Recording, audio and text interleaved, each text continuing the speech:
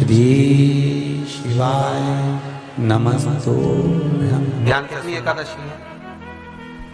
स्कंद पुराण यहां तक कहती है कि इस कथा के चरित्र को जो श्रवण कर लेता है उसको 26 एकादशी करना भी नहीं पड़ती। इस एकादशी की केवल ये कथा सुनकर ही वो तर जाता है। बहुत ध्यान से सुनना इसको, कथा तो बड़े भाव से सुन लो इसको, है? बड़े प्रेम से। इसलिए सारी एकादशियों में निर्जला एकादशी की महत्वता शास्त्र प्रमाण करता है महाराज। निर्जला एकादशी का उद्यापन जो करा जाता है, उसका उद्यापन और प्रदोष का जो उद्यापन करा जाता है, इन दोनों का क्रम लगभग एक जैसा ही। तो निर्जला पहुंची है और निर्जला ने जाकर भगवान नारायण से निवेदन करा। भगवान विष्णु ने पूछा, क्या बात है निर्जला, आज तुम खेलती हुई यहां पर आकर खड़ी हो गई, क्या हुआ क्या है? क्या तुमको गौलोक धाम में आनंद की अनुभूति नहीं हो रही जो तुम बैकुंठ में आई? निर्जला घूमती घूमती भगवान के सम्मुख में पहुंच गई। भगवान ने पूछ रहे हैं, बार बार पूछा, निर्जला हुआ क्या तुमको?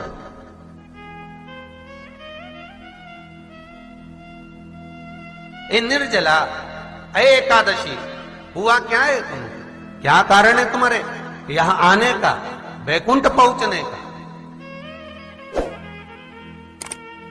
बहुत ध्यान देना महाराज। शास्त्र कहता है सोमवार, मंगलवार, बुधवार, गुरुवार, शुक्रवार, शनिवार, ये देवता वो देवता सबके व्रत कर लो, सारे व्रत कर लो, पर ये व्रत आपको परमात्मा के धाम तक लेकर नहीं जा सकते, क्योंकि इनका जो पुण्य है वो मृत्यु लोक में आप थोड़ा सा भी गलत करते हैं तो पुण्य समाप्त हो जाता है। पर हिंदू धर्म के 3 व्रत ऐसे बता दिए जिन व्रतों का पुण्य समाप्त नहीं हुआ।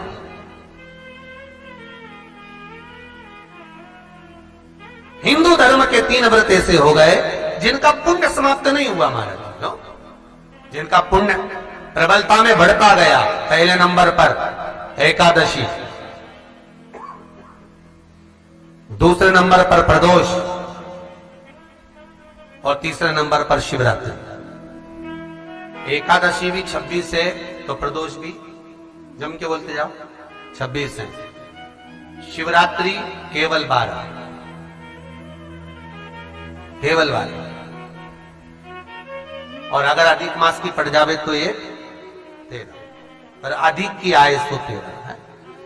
तो यहां शास्त्र कह रहा है कि 3 व्रत हमारे यहाँ जिनका पुण्य समाप्त नहीं हुआ, जिनका पुण्य प्रबल हुआ, बड़ा, इसलिए आज भी माता एकादशी का व्रत करती है। और एकादशी का व्रत कर कर अगर कोई जीवात्मा को देते हैं, कोई मर भी गया तो उसको एकादशी का दान देते हैं। एकादशी का उसको दान दिया है। महाराज निर्जला खड़ी है, पूछा क्यों आई हो, क्या कारण? निर्जला आई, तब लक्ष्मी मैया उठकर निर्जला के करीब में गई। निर्जला बहुत सरल थी निर्जला। कहते हैं कामा एकादशी सबसे लंबी है। कौन सी एकादशी?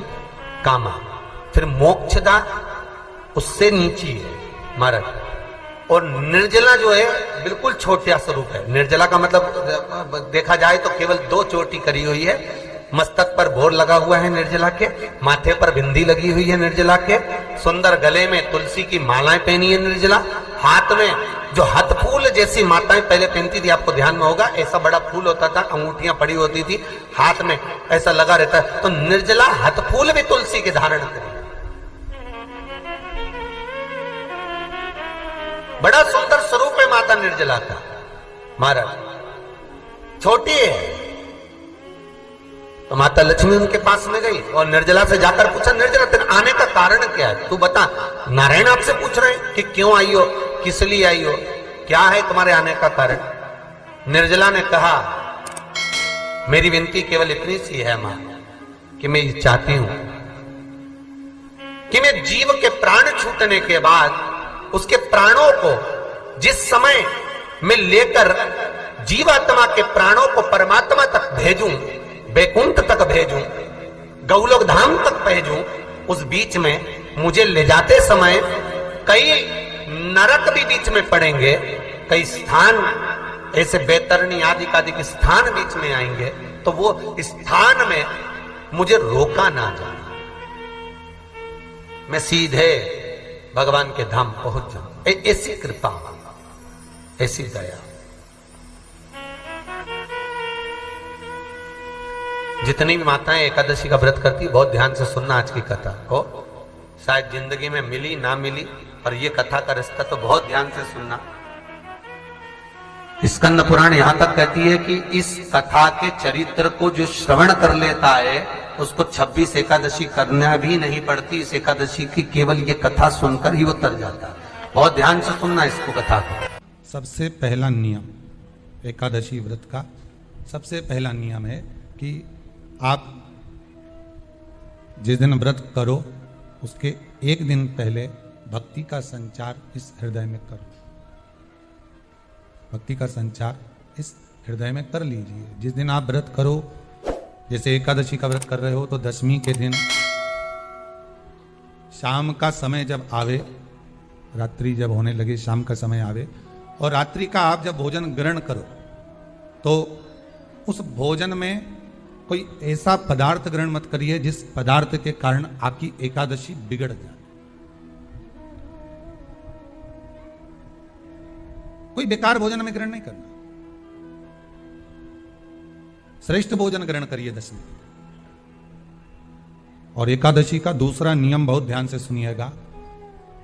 जिस दिन आपकी एकादशी का व्रत हो उस दिन प्रयास करिएगा कि अपने हाथ से किसी भी वृक्ष की कोई पत्ती टूटे ना।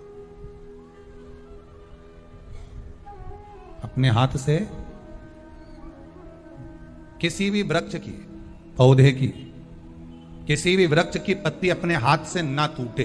बहुत ध्यान दीजिएगा महाराज। एकादशी का ये दूसरा नियम है कि अपने हाथ से किसी पौधे की, किसी वृक्ष की, किसी डाली की कोई पत्ती टूटे ना, कोई पत्ती ना टूटे, इसका प्रयास करिए।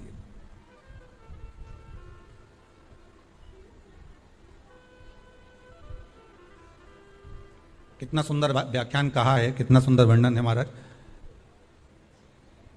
कि मात्र एकादशी का व्रत कर लेने पर, मात्र एकादशी का व्रत कर लेने पर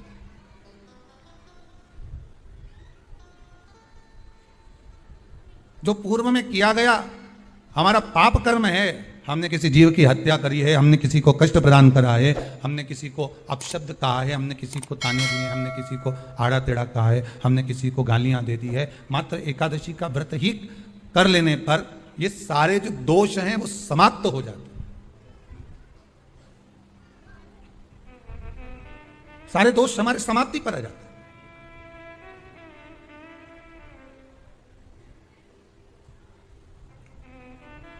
अब एक विचार करिएगा थोड़ा सा अपने मन में, अपने चित्त में, अपनी वृत्ति में एक बात उतारिएगा।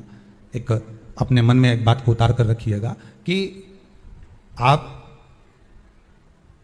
अपने पाप को, अपने पाप कर्म को जिस दिन क्षीण करने वाले हो, समाप्त करने वाले हो, अपने पाप को आप जिस दिन समाप्ति पर लेकर जा रहे हो तो उसके एक दिन पहले आपको प्रसन्नता होना चाहिए कि नहीं होना चाहिए कि कल मेरा पाप कटने वाला है, कल मेरा पाप समाप्त होने वाला है। जो मैंने पाप कर्म करा है वो समाप्त होगा, जो मैंने पाप कर्म करा है वो कल समाप्त हो जाएगा। तो एक दिन पहले आपके चेहरे पर प्रसन्नता हो कि ना हो?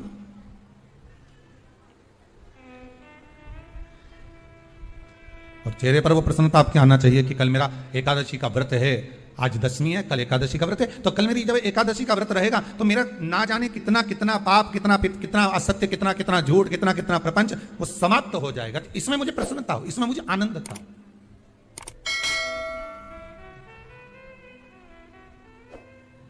तो क्या कहा गया कि प्रयास करिएगा कि एकादशी के दिन कोई वृक्ष की, कोई डाली की, कोई कोपल की कोई पत्ती ना तोड़ी जाए। क्यों? तो कहा अगर उस पत्ती को हम तोड़ देते हैं, वृक्ष की पत्ती को या क्यारे में लगी हुई कोई डाली की पत्ती को हम तोड़ देते हैं तो एकादशी का पुण्य फल प्राप्त नहीं होता, एकादशी का कोई फल हमारे खाते में नहीं जाता, पुण्य फल प्राप्त। अब फिर भले तुम, चाहे तुमने मोरधन खाया हो, चाहे तुमने फिर चिप्स खाई हो, चाहे तुमने फिर व्रत का कितना ही